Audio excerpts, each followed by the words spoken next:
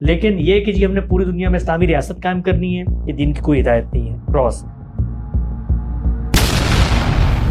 میں بڑا حیران ہوں حسن الیاس صاحب، جاوید احمد غامدی صاحب، آپ کیسی باتیں کر رہے ہیں؟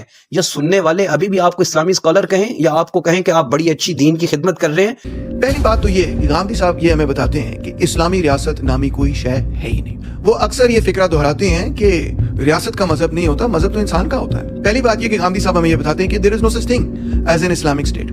اسلامی ریاست نامی کوئی چیز ہے ہی نہیں.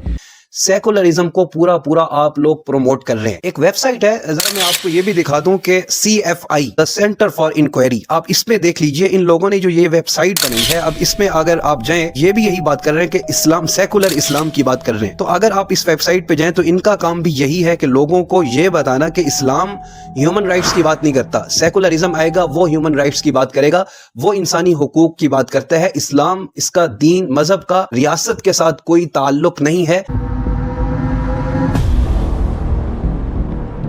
اسلامی ریاست کوئی چیز ہوتی ہے، ایسی کوئی چیز دنیا میں پائی نہیں جاتی. اسلامی حکومت بنانا کوئی لازمی تقاضا ہے دین کا، ایسا ہرگز بھی کوئی تقاضا نہیں ہے. لیکن اسلامی ریاست اور غیر اسلامی ریاست، یہ پوری کی پوری بحث اسلام سے دائرے سے باہر ہے. پہلا سوال یہ ہے کہ کیا ریاست کا کوئی مذہب ہوتا ہے؟ دیکھیے، ریاست کی دو ہی نوعیتیں ہو سکتی ہیں، یا ریاست جمہوری ہوگی یا غیر جمہوری ہوگی. اس کے علاوہ ریاست کی کوئی تیسری نوعیت آج تک ریاست نہیں ہوئی ہے. لیکن ریاست اسلامی یا غیر اسلامی نہیں ہوتا ہے. لیکن یہ کہ جی ہم نے صاحب، جب ابھی اسلامک اسٹڈیز کی ہم کلاس لیتے تھے تو ہم تو بچپن سے یہ لکھتے تھے کہ اسلام کا اپنا سیاسی نظام، اسلام کا اپنا معاشی نظام ہے، اسلام کا اپنا سماجی نظام ہے، وغیرہ وغیرہ. مطلب ایک کمپلیٹ کوڈ آف لائف.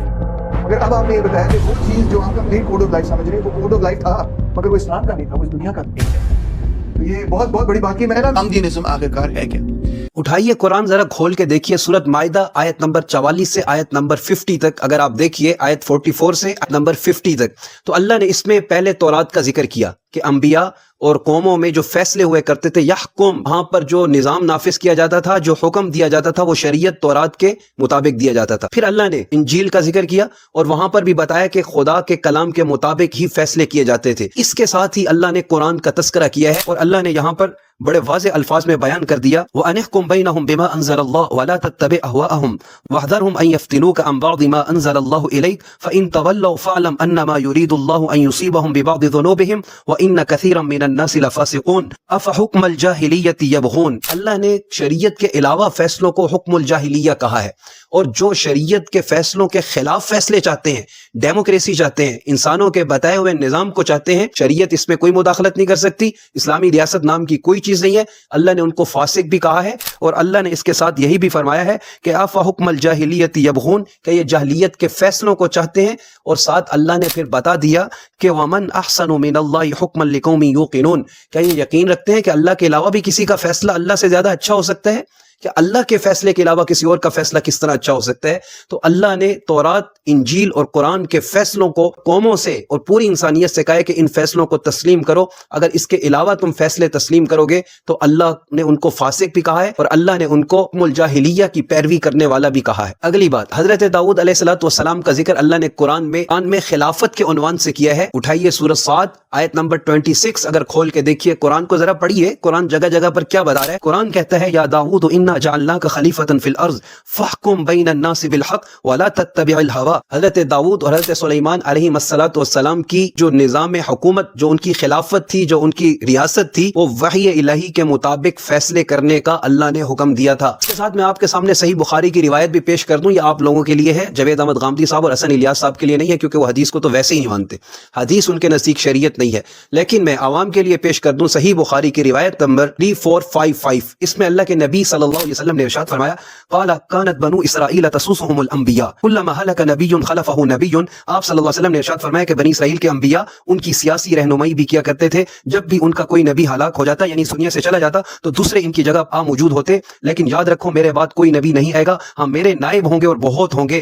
یعنی اللہ کے نبی صلی اللہ علیہ وسلم نے بھی فرمایا کہ نبی انبیاء کر سیاست کیا کرتے تھے، اور میں اللہ کا آخری نبی اور میرے بعد خلفاء ہوں گے اور بہت ساری تعداد میں آئیں گے. تو خلافت کی بات کی ہے، اسلامی ریاست کی بات کی ہے. یہ حدیث لوگوں کے لیے، جاوید احمد غامدی صاحب آپ کے لیے نہیں ہے. آج جو یہ لوگ کر رہے ہیں، قرآن نے اس کو پہلے سے ذکر کر دیا. حضرت شعیب علیہ الصلوۃ والسلام کی قوم نے یہی کیا تھا کہ ہمیں معیشت ہمیں اپنے انداز سے چلانے دو، شریعت کا اس میں کوئی دخل نہیں ہونا چاہیے. ہمیں اپنا نظام، ہماری جو سوسائٹی ہے وہ ہم خود سے فیصلے کریں گے. اللہ نے قرآن میں اس کا نقشہ بیان کیا ہے. آپ اٹھائیے سورۃ ہود آیت نمبر 87 میں اللہ فرماتے ہیں کہ قالوا یا شعیب، کہ وہ لوگ کہتے تھے حضرت شعیب علیہ الصلوۃ والسلام سے، اصلاتک تأمرک ان نترک ما یعبد آباؤنا او ان نفعل فی اموالنا ما نشاء انک لانت الحلیم الرشید. اے شعیب، کیا تمہاری نماز تمہیں یہ حکم دیتی ہے کہ ہم اپنے باپ دادا کے خداؤں کو چھوڑ دیں یا اپنے مال میں جو چاہیں نہ کریں؟ یعنی ہم جو چاہیں اپنے مال میں تصرف وہ نہ کریں، یعنی آپ کی شریعت کے مطابق ہم فیصلے کریں. تو آج یہی بات یہ کر رہے ہیں کہ جس طرح سے ہم سودی نظام کو لے کر لے آنا چاہیں، جاوید احمد غامدی صاحب نے سود کو جائز قرار دیا. سود دینے والے کی تو اللہ نے تشجیع بیان کی ہے، انا للہ و انا الیہ راجعون. آپ یہ کہہ رہے ہیں کہ ہمیں اسلامی نظام یا اسلامی ریاست کو قائم کرنے کی بات کہیں پر بھی نہیں ملتی.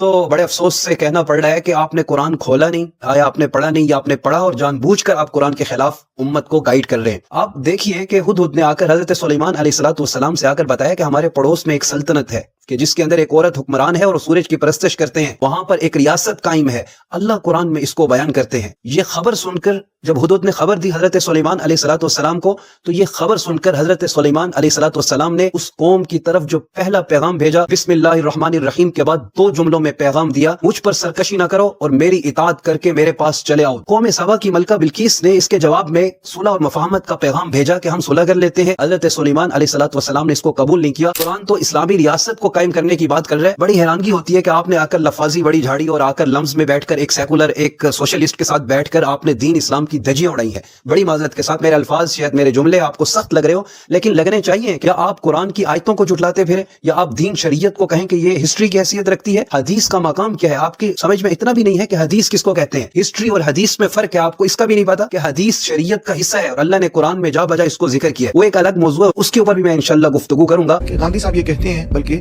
کہ ریاست کا اپنا کوئی مذہب نہیں ہوتا. ریاست کی صرف 2 ہی شکلیں ہوتی ہیں، یا تو ریاست جمہوری ہوتی ہے یعنی کہ وہ جمہور کی بات مانتی ہے، یا پھر وہ آمرانہ ہوتی ہے یعنی کہ وہ جمہور کی بات قبول نہیں کرتی، عوام کی بات قبول نہیں کرتی. اس کے علاوہ نہ تو کوئی اسلامی ریاست ہوتی ہے نہ کوئی کرسچن ریاست ہوتی ہے. لہٰذا ان کی مراد یہی ہے کہ ریاست کسی قسم کا کوئی دینی ادارہ، کوئی مذہبی ادارہ نہیں، کوئی ڈیوائن ادارہ نہیں، ایک انسانی ادارہ ہے. ایک ایسا ادارہ ہے جو ہم نے خود بنایا ہے، خدا تعالیٰ کا بنایا ہوا ادارہ نہیں ہے. ہم نے خود بنایا کیونکہ ہم اپنے معاملات کو ٹھیک کرنا چاہتے ہیں. اللہ نے قرآن میں بھی کہا ہے فلا وربک لا یؤمنون حتى يحكموك فيما شجر بينهم ثم لا يجدوا في انفسهم حرجا مما قضيت ويسلموا تسلیما. کہ جو قرآن اور حدیث کے خلاف فیصلے کرے گا اس کا ایمان بھی قبول نہیں ہے، اور جو دل میں کجی محسوس کرے گا شریعت کے فیصلوں سے، اللہ کے نبی صلی اللہ علیہ وسلم کی حدیث سے، کہ حدیث میں جو اللہ کے نبی صلی اللہ علیہ وسلم نے فیصلہ دیا ہے اس کے خلاف اگر اس کے دل میں کوئی چیز بات بھی آ جائے، شریعت کہتی ہے اس کا ایمان، اللہ کہتا ہے اس کا ایمان بھی ہمیں قبول نہیں ہے. تو آپ تو شریعت کے بالکل اگینسٹ کھڑے ہو کر فیصلوں کی بات کر رہے ہیں، سیکولرزم کی بات کر رہے ہیں کہ ریاست کے ساتھ مذہب کا کوئی تعلق نہیں ہے، مذہب کو ریاست سے علیحدہ کر دیا جائے اور ایک فرد کے لیے اس کو رکھ دیا جائے، سوسائٹی کے لیے مذہب نہیں ہے. تو ہم اس چیز کو جب تک زندہ ہیں تو ایسے لوگوں کو ہم بتا دینا چاہتے ہیں کہ آپ کے وار اسلام پر ہم چلنے نہیں دیں گے. ہماری زندگی اس پر انشاءاللہ لگ جائیں گی، اور جو بھی آپ دین پر اشکال کرو گے ہم بیٹھے ہیں انشاءاللہ، ہم آپ کو جواب دیں گے. اگر لوگوں کو ان کی سمجھ نہیں آ رہی تو ہم سے رابطہ کریں، ہم بتائیں گے کہ دین شریعت اور اسلام کیا کہتا ہے اور یہ لوگ کیا کہہ رہے ہیں.